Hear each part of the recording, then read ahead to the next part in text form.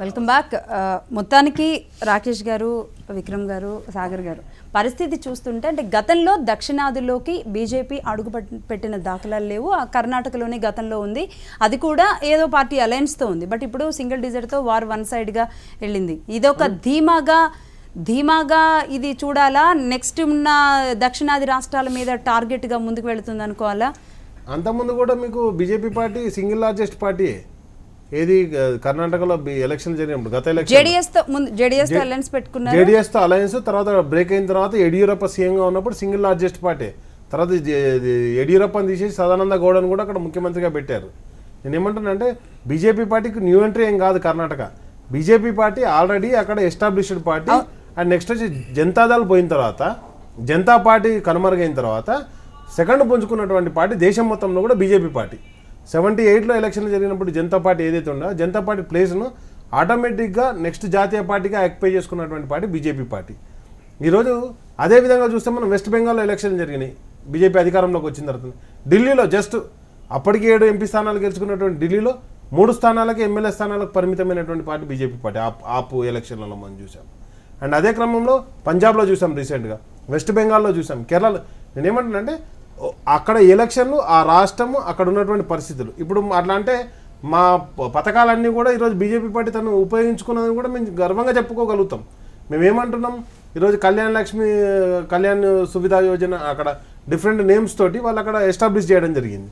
ఏది మిషన్ కాకతీయ అని పెట్టినాం. మిషన్ కాకతీయ అని పెట్టిన దాన్ని వాళ్ళు ఏం చేశారు, అక్కడ మిషన్ కళ్యాణి అని చెప్పేసి పెట్టారు, అంటే చెరువులను అభివృద్ధి చేయడం. అదేవిధంగా మేము కళ్యాణ్ లక్ష్మి అనే దాన్ని పెట్టిన దాన్ని మంగళ యోజన అని చెప్పేసి ఒక 5-6 ఫార్ములా టీ హబ్ అని పెడితే కే హబ్ అని చెప్పేసి పెట్టుకోవడం జరిగింది. నేనేమంటున్నాను అంటే మేము చెప్పేది విమర్శించట్లేదు. అక్కడ నేను ఎక్కడ కూడా బీజేపీ పార్టీ పెట్టుకున్నదని చెప్పేసి నేను విమర్శించట్లేదు. నేను ఏమంటున్నా, స్వాగతిస్తున్నా. ఎందుకు స్వాగతిస్తున్నాం అంటే దేశం మొత్తంలో జరగవలసినటువంటి గుణాత్మకమైన మార్పు ఇప్పుడన్నా జరుగుతుంది. దేశంలో ఈ మార్పు జరగాలి. ఎందుకంటే ప్రైమరీ సెక్టర్ అభివృద్ధిలో రాష్ట్రాలు ముందుకెళ్తున్నాయి. కాంగ్రెస్ కూడా అభివృద్ధిలోనే ఈ 5 ఏళ్లలో కూడా పెద్ద ఆరోపణలు ఏం లేకుండానే ఉంది. అయినా సరే చెప్పుకోలేకపోయారు. కానీ బీజేపీ మోడీ మానియా పనిచేయట్లేదా ప్రతి రాష్ట్రంలోనూ? విక్రమ్ గారు మీరు చెప్పండి. అంటే ఈ మోడీ మానియాతోనే మిగతా రాష్ట్రాలైనా ఇప్పుడు నెక్స్ట్ జనరల్ ఎలక్షన్స్ మన తెలుగు రాష్ట్రాల్లో ప్రజాస్వామ్యాన్ని అగౌరవపరచకండి. నేను ఒకటే అంటున్నా, మానియా కాదు ఏది కానీ, ఏ ఎలక్షన్లు కానీ. మరి అట్లయితే వెస్ట్ బెంగాల్లో ఓడిపోయింది, మోనియా ఓడిపోయిందా? బీహార్లో ఓడిపోయింది, మోడీ మానియా ఓడిపోయిందా? పంజాబ్లో ఓడిపోయింది, కేరళలో ఓడిపోయింది. ఇవన్నీ ఓడిపోయినప్పుడు మరి మోడీ ఓడిపోయినట్ట? అది కాదు నేను అనేది. పార్టీకి ఒక సిద్ధాంతం ఉంటుంది. వ్యక్తులు ఎవరున్నా సిద్ధాంతం పటిష్టంగా ఉండి ముందుకు నడిపేయగలిగినప్పుడే విజయం సాధిస్తుంది. కాంగ్రెస్ సిద్ధాంతం ఓడిపోయింది, బీజేపీ సిద్ధాంతం గెలిచింది. అది చెప్పాలి మనం. ఎందుకంటే ఆ వ్యక్తికి ఆపాదించినప్పుడు వ్యక్తి పూజ అనేది పెరగకుండా మనం ఒక సిద్ధాంత పరంగా ఒకటండి. బీజేపీ సిద్ధాంతంలో ఎక్కడైనా సరే క్షేత్రస్థాయిలో లీడర్లు ఉండాలి. ఆ స్థాయిలో అక్కడ ఫోకస్ చేయగలిగే పార్టీ ఉండాలి. యడ్యూరప్ప మీద అవినీతి ఆరోపణలు ఉన్నాయి. గాలి బ్రదర్స్ అవినీతి ఆరోపణలు చేస్తున్నారు, ఆయనే ఒప్పుకోవడం జరిగింది. కొన్ని సందర్భాల్లో బీజేపీ అసలు టోటల్గా బదనాం అయిపోయిన పరిస్థితి ఉంది కర్ణాటకలో. అయినా సరే విక్రమ్ గారు మీరు దీనికి క్లారిటీ ఇవ్వండి. అంటే ఎక్కడికక్కడ బీజేపీ శ్రేణులు కూడా అదే చెప్పుకుంటున్నారు, మా మోడీ ఉండే చాలు అని. అది పని చేయట్లేదా? నెక్స్ట్ కూడా పని చేయదా? ఇందాక ఒక మాట అన్నారు, అది చాలా మంచిది. అంటే విన్ అయ్యారా, క్యాప్చర్ చేశారా అనేటువంటిది. అంటే వాళ్ళ చెప్పాలంటే వాళ్ళు విజయం సాధించారనే కంటే విజయాన్ని లాగుకున్నారు అని అంటాం కూడా కరెక్ట్. అది అంటే they have captured the power in Karnataka. Reason ఏంటంటే అంటే కాంగ్రెస్ గతంలో కూడా మీకు అక్కడ పర్సంటేజ్ ఆఫ్ ఓట్స్ మీకు 2013లో వచ్చినటువంటి ఓట్స్ చాలా తక్కువ, 36% మాత్రమే వచ్చింది. అంతకు ముందు కంటే కూడా అంటే 2008లో వచ్చినటువంటి ఓట్ల కంటే కూడా 1.5% మాత్రమే వాళ్ళు ఎక్కువ తెచ్చుకోగలిగి ప్రభుత్వాన్ని ఫామ్ చేశారు. అప్పుడు ఎందుకంటే 2013లో మీకు యడ్యూరప్ప బయటికి పోయాడు, బీజేపీ నుంచి శ్రీరాములు బయటికి పోయాడు.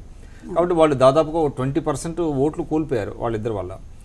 అయితే విచిత్రం ఏంటంటే 5 ఏళ్లలో సిద్ధరామయ్య ఒక స్టేబుల్ గవర్నమెంట్ ఇచ్చినప్పటికీ కూడా కాంగ్రెస్ పార్టీని గణనీయంగా పుంజుకోవటానికి అంటే సంస్థాగతంగా వాళ్ళు ఏమి చేసింది ఏమీ లేదు. అయితే ఇక్కడ మనం ఇంకోటి కూడా చెప్పుకోవాలి. అంటే ఎవరైతే బీజేపీ వాళ్ళ విజయం సాధించి అంటే విజయమే కానీ 2014లో వాళ్ళు దాదాపుగా వాళ్ళకి 17 సీట్లు వచ్చినాయి. అవును. అయితే 132 స్థానాల్లో బీజేపీ యొక్క ఆధిక్యత ఉన్నది. సరే అంటే అంటే మీకు అంటే కేంద్ర స్థాయిలో జరిగే ఎన్నికలకి రాష్ట్ర స్థాయిలో జరిగే ఎన్నికలకి చాలా తేడా ఉంటుంది, అంశాల వారీగా ఉంటుంది. అయినప్పటికీ కూడా 132 సీట్లలో ఆ రోజున ఉన్నటువంటి బలం ఈ రోజు 110కి తగ్గింది. అదేవిధంగా ఏం చేశారు, ఇవాళ వాళ్ళు విజయం సాధించారు, కానీ ప్రజాస్వామ్యం విజయం సాధించిందా లేదా కన్నడ నాట అని అంటే దానికి మనం సమాధానం ఎత్తుక్కోవాల్సినటువంటి పరిస్థితి వచ్చింది. ఎందుకనంటే ఇవాళ ఎవరేమన్నా కూడా మాకు గెలుపు ముఖ్యం అనేటువంటి పందాలు వాళ్ళు బీజేపీ ముందుకెళ్లారు. ఆ క్రమంలోనే మీకు యడ్యూరప్ప గారి మీద ఎంతో అవినీతి ఆరోపణలు ఉన్నప్పటికీ సరే ఆయన కొన్ని కేసుల్లోంచి బయటకు వచ్చాడు, వేరే సంగతి. ఆయన్ని మళ్ళీ తిరిగి పార్టీ ఫోల్డ్లోకి తీసుకున్నారు. అలాగే శ్రీరాములు గారు బళ్ళారి ఆ ప్రాంతంలో వాళ్ళకి ఎటువంటి పేరు ఉందో అందరికీ తెలుసు. గాలి సోదరులు వీళ్ళందరికీ కూడా దాదాపు 8-10 టికెట్లు వాళ్ళకి ఇచ్చేశారు. వాళ్ళు ఇచ్చేసిన క్రమంలో వాళ్ళ అంటే మాకు అవినీతి అనేటువంటిది క్రైటీరియా కాదు, గెలుపు అనేటువంటిది క్రైటీరియా అనేటువంటిది వాళ్ళు చేశారు. అది అవినీతి ఆరోపణలు ఎవరి మీద మాత్రం లేవు అని మోదీ. తర్వాత ఇంకోటి ఏంటంటే వాళ్ళ మోడీ గారి మీరు అన్నారు కదా మోడీ మేనియా ఉందని. మోడీ మేనియా ఉంటే ఆయన గత 4 ఏళ్లలో చేసినటువంటి మంచి పనులు చెప్పుకోవాలి కదా. కర్ణాటకలో ఎక్కడా కూడా ఆయన కేంద్ర ప్రభుత్వం చేసినటువంటి పనుల గురించి ఎక్కడా ప్రస్తావించాల. ఆయన కేవలం ఏంటంటే స్థానికంగా ఉండేటువంటి అంశాలని స్పృశించారు. అక్కడ ఉండేటువంటిది మనం చూసాం. వాళ్ళ కరియప్ప గురించి, సిద్ధప్ప గురించి, వీళ్ళ గురించి మాట్లాడాల్సిన అవసరం ఏంటంటే నెహ్రూ గారి హయాంలో ఏం చేశారు, వాళ్ళని అవమానించారు అని అంటే కన్నడ సెంటిమెంట్ని రెచ్చగొట్టడానికి కొంత ప్రయత్నాలు చేశారు. అంతే తప్ప కేంద్రం యొక్క విజయాన్ని ఆయన ఎక్కడ ప్రస్తావించలేదండి ఏ రంగంలో కూడా. ఎందుకంటే చెప్పుకోవడానికి లేవు, అంటే ఇచ్చిన ప్రామిసెస్ కి పెర్ఫార్మెన్స్ కి చాలా తేడా ఉన్నది కాబట్టి. బట్ ఇక్కడ కాంగ్రెస్ కూడా తాను చెప్పింది, తాను ఏదైతే చేసిందో అది చెప్పకుండా బీజేపీ ఏం చేస్తుందో అదే చేయడం అనేది ఇక్కడ కాంగ్రెస్ లో వ్యూహం అండి. ఒకసారి బాబ్జీ గారితో మాట్లాడదాం. బాబ్జీ గారు, మొత్తానికి గెలుపుని లాక్కున్నారు అంటున్నారు మన విశ్లేషకులు. అయితే అదే కనబడుతోందా మరి? గెలుపుని లాక్కోవడం అనేది అసలు ఎలా చూడాలండి? అంటే పవర్ ని క్యాప్చర్ చేయటం అనేది మీరు వాడింది అప్రోప్రియేట్ గా ఉంది. ఇక్కడ ఒక విషయాన్ని గుర్తించాలండి. కన్నడ రాష్ట్రంలో భారతీయ జనతా పార్టీ గెలిపే లక్ష్యంగా కాకుండా ఏదైతే చారిత్రాత్మకమైనటువంటి వ్యక్తులు ఉన్నారో ఆ వ్యక్తుల గురించి ఇప్పుడు వాళ్ళు చెప్పినటువంటి కరియప్ప కానీ వీళ్ళందరూ కూడా చరిత్రని మార్చడం కోసం ఆ వ్యక్తులు మర్చిపోయేటువంటి పరిస్థితి కాంగ్రెస్ పార్టీ హయాంలో జరిగింది. అది కన్నడలో రాష్ట్రంలో ఏదైతే ఈ చరిత్ర ఉందో ఈ చరిత్రని వాళ్ళకి గుర్తు చేశారు ప్రధానమంత్రి గారు. వక్రీకరించారండి. దయచేసి బాబ్జీ గారు మీరు గమనించాల్సింది ఏంటంటే దయచేసి ఒక నిమిషం ఉండండి. వాళ్ళు చరిత్రని వక్రీకరించారు. మోడీ గారు చరిత్రను వక్రీకరించారు. అది ఇప్పుడు నేను చెప్పింది కాదు, సర్వత్రా యావత్ దేశం చెప్పింది కదా. చరిత్రను వక్రీకరించారు. ఇప్పుడు కరియప్ప ఇప్పుడు పోనీ అది ఎక్స్టెంపోర్ ఉపన్యాసంలో కాదండి, రిటర్న్ గా రాసినటువంటి దీన్ని ఆయన చదువుతా తప్పులు చెప్పాడు. ఆయన చరిత్రను వక్రీకరించారు. అదే ఒకటి గుర్తుపెట్టుకోవాలి. ఒకటి బాబ్జీ గారు, నేను ఒకటి అడుగుతున్నాను సూటిగా. ఓవైపు ఏపీ నుంచి ఏపీ ప్రభుత్వం కానీ ఏపీ ప్రజలు కానీ బీజేపీ నట్టేట ముంచింది, విభజన అయిన రాష్ట్రాన్ని కనీసం పట్టించుకోని పరిస్థితి ఉంది అనేది అక్కడి నుంచి వినబడుతుంది. అలాగే తెలంగాణలో తమ రాష్ట్రం కోసం తాము కష్టపడుతున్నాం తప్పితే కేంద్రం నుంచి ఎలాంటి నిధులు ఇవ్వకపోయినా సరే ముందుకు వెళుతున్నామని ఇటు అధికారంలో ఉన్న టీఆర్ఎస్ కూడా చెబుతుంది. ఇక్కడ తెలంగాణలో కూడా అంటే ఇంత జరుగుతోంది, మిగతా రాష్ట్రాల్లో కూడా పెద్ద బీజేపీ చేసిందేం లేదు అనే వినబడుతున్నా సరే, బట్ ఎందుకు అటువైపే మీ వైపే మొగ్గారు అనుకుంటున్నారు? 3 విషయాలు చెప్తానండి. ఈ ఇద్దరు చంద్రాలు ఒకటేనండి. ఇద్దరు చంద్రములు ఒకటే. ఒక చంద్రం ఆయన ఫ్యామిలీ పార్టీ కింద మార్చి ఆయన కుటుంబ సభ్యులకు అధికారం మంత్రులు ఇచ్చి ఆయన కావాల్సినటువంటి డబ్బులు ఇష్టారాజ్యంగా ఖర్చు పెట్టి అక్కడ రాష్ట్రాన్ని లోటు బడ్జెట్ గా చేసి. సరే అండి, రామాలయం కట్టండి. యూపీలో గెలిచారు కదా, అన్ని రాష్ట్రాల్లో గెలిచారు కదా, దేశం మొత్తం గెలిచారు కదా, రాముని పేరు చెప్పుకొని అధికారంలోకి వచ్చారు కదా. రామాలయం కట్టండి సార్, రామాలయం కట్టుకోండి. మీరు ఎవరితో సార్ పొత్తు పెట్టుకున్నది? కాశ్మీర్ మీరు చెప్పని తీసుకొని కదా వచ్చిందా? ఎట్లా ఇచ్చారండి మీరు టికెట్లు? అవినీతి పనుల మీద బీజేపీ చనిపోయింది. బీజేపీ సిద్ధాంతం అధికారమే పరమావధిగా పోతున్నటువంటి పార్టీగా బీజేపీ మారిపోయింది. మీది గుజరాత్ పార్టీ. మీ గుజరాత్ తప్ప ఎవరున్నారు చెప్పండి? మీ ప్రైమ్ మినిస్టర్ గుజరాతే, మీ ప్రెసిడెంట్ గుజరాతే, మీ ఎలక్షన్ కమిషన్ గుజరాతే, మీ ఆర్బీఐ చీఫ్ గుజరాతే. గుజరాత్ తప్ప చెప్తా. గుజరాత్ తప్ప చెప్పండి. తెలుగు రాష్ట్రాల్లో ఒక మంత్రి లేడు, రెండు రాష్ట్రాల్లో కలిపి మీరు ఆపి- తెలుగు మీరు రాష్ట్రాలకు ఒక్క ఆపుతారా? మంత్రి కూడా ఇవ్వరు కేంద్ర పదవి. ఎందుకండి 42 నోరేసుకొని ఉంటే నోరేసుకొని తెలంగాణ తప్పుదారి పెట్టిస్తారు. ఏంటండి? మీరు ఏం ఆపండి, మీరు ఆపండి. మేము ఆపేది మీరు కాదు, సోది నిజం కాదా? చెప్పి చెప్పి మేము తెలంగాణ చెప్పింది ప్రజలు అబద్ధమే తప్పుదారి చెప్పండి. పట్టిస్తారు. ఆపండి రికార్డు. సార్, మేము అందరం ఇటుకలు మీకు ఇచ్చినాం. మారరా? మా రామాలయం చూపిస్తే మీకు దండం మారరా? పెట్టుకుంటాం మేము. మీరు మారరా అంట. ఎవరు మీరే మారండి అంటున్నాం. మీరు మీరు మారారు కదా? ఎందుకు సంతోషం అదే. దండం పెట్టారు? యడియూరప్పను మీరు- గాలి జనార్దన్ రెడ్డి పెట్టుకుని గెలిచారు కదా? మీరు దొంగ మారేందుకు దీక్షలు సంతోషం చేసి మీకు? ప్రజలను మోసగించారు. బీజేపీ పార్టీకి ఓ దండం. కోదండరాం ఎక్కడా? ఎవరు? ఉద్యమం చేసిన మా పార్టీ కాదండి. ఎక్కడా? మా పార్టీ కాదు. జయశంకర్ వెళ్ళిపోయిన తర్వాత మా పార్టీ కోదండరాం కాదు కోసం వాళ్ళు. ఏం చేశారు మీరు? వాళ్ళు మా పార్టీ కాదండి. ఎంత మందిని వాడుకుంటారు? సార్, బీజేపీ తెలంగాణ పార్టీ ద్రోహులు ఒకటే మీరు. అడుగుతున్నాం. మా ఇటుకలని తెలంగాణ వర్తపేరు. కోసం హరిశ్చంద్ర ఏడబెట్టి రెడ్డి లాఠీ దెబ్బలు అద్వానీ గారికి భారతీయ గోలి జనతా కట్టడానికి, పార్టీ. మురళీ ఉద్యమం మనోజ్ చేసింది భారతీయ జనతా పార్టీ. కల్పించకుండా చేయడానికి ఒక ఓటుకి బీజేపీ రెండు పార్టీ రాష్ట్రాల్లో వాడుకున్నది. రాష్ట్రం కోసం అంతకు మించి మీ దగ్గర పార్టీని ఏమో బలిగా చెప్పండి పెట్టింది సార్. భారతీయ జనతా నేనేమంటున్నానంటే, పార్టీ. మీ ఈ రోజు సిద్ధాంతాన్ని మీరు ఆంధ్రప్రదేశ్ చెప్పుకోవాలని కోసం చూస్తున్నారు. తెలంగాణలో పార్టీ ఇప్పటికి 4 పరిస్థితులు సంవత్సరాలు అవుతుంది కదా, దేశానికి ఏం చేసిరో చెప్పండి. ఎందుకు మోసం ఒక చేస్తారు? 4 చెప్పారు దేశానికి ఏం చేసిరో. కేసీఆర్ ఇంటి పార్టీ తెలంగాణ కాదండి, పార్టీ మేము ఏమడుగుతాం? మా తెలుగుదేశం ఇటుకలేవి? టూ పార్టీ అద్వానీ గారికి, మీది మురళీ మనోహర్ తెలుగుదేశం ఉండే కదా మీ గోరీలు పార్టీ మీ కట్టడానికి గొడవలో ఉంది పట్టుకోవడానికి మొత్తం. ఏం చేసిరో చెప్పండి మాకు. యూపీలో గెలిచిరు. మీకు సెంట్రల్లో పైసా రాజకీయాలు ఎందుకు? ఏది మీ టెంపుల్ సంగతి ఏది చెప్పండి. మరి? గుడి మీ ఏది? సంగతి గుడి ఏది? చెప్పండి. రాముడి గుడి ఏది? దేశంలో మీకు ఉన్న పైదాకి వ్యక్తులు ఎందుకు? అందరూ మీ సంగతి చెప్పండి. ఇది కాదు కదా. నరేంద్ర మీ మోడీ గారి దాకా ఇష్టం ఎందుకు? మీ కాదండి. కేసీఆర్ సంగతి చెప్పండి. మీరు ఏం మాట్లాడాలనుకుంటే మీ హరీష్ మీరు సంగతి టీడీపీ చెప్పండి. మంచిదనుకుంటున్నారా? మీరు కలిసి మోసం మేము చేసిన మాట్లాడదాం. సంగతి చెప్పండి. మా TRS విద్యార్థులు గురించి బలి మాట్లాడే తీసుకొని ఆ పార్టీ సమాధుల మీద లేదు. పార్టీ మేము ఎలక్షన్లో ఏర్పరచుకొని ఆ గెలిచాం. దాంతో మీ దగ్గర కుటుంబం ఉన్న మంత్రులు వాళ్ళు కుటుంబం అయినటువంటి సెంట్రల్ పార్టీ మినిస్టర్ మీది. సగం మంది ఎంతమంది ఏదో విద్యార్థుల రాజ్యసభ జీవితాలను సభ్యులు బలి తీసుకున్నారు మీరు? తెలియదా మాకు? ఇవాళ కోదండరాం ఎక్కడ? మా ఉస్మానియా పార్టీ విద్యార్థులు కాదండి. ఎక్కడ? యడియూరప్ప దళితులు ఎక్కడ? పార్టీ సస్పెండ్ చేసి దళితులు మళ్ళీ ముఖ్యమంత్రి తీసుకున్నారా? చేస్తారని చెప్పి మీకు అధికారంలోకి వచ్చిన తర్వాత ముఖ్యమంత్రి ఎవరు కూడా చేసుకోండి, మళ్ళీ అభివృద్ధి పార్టీ చేయమని మీది. ఓకే అండి, ఓకే. అంటే మీకు- బీజేపీ మీకు 2019లో రాస్తారు మీరు రాత. చెప్పినా సరే ఆగండి. అక్కడున్న ప్రజలు నమ్మలేని పరిస్థితి ఉంది అంటే ఏం పని చేస్తుందండి మరి? అంటే ఒకవైపు ఏపీ మోసపోయింది అని తెలుస్తున్నా సరే ఎక్కువగా అధికంగా ఉన్న ఏపీ ప్రజలు కూడా కర్ణాటకలో ఉన్నారు, వాళ్ళు కూడా నమ్మే పరిస్థితుల్లో లేరు అంటే బీజేపీ వైపు ఇక్కడ ప్రజాస్పందన నేను ఒక మాట మీకు క్లియర్ గా కనబడుతుంది. చెప్తాను.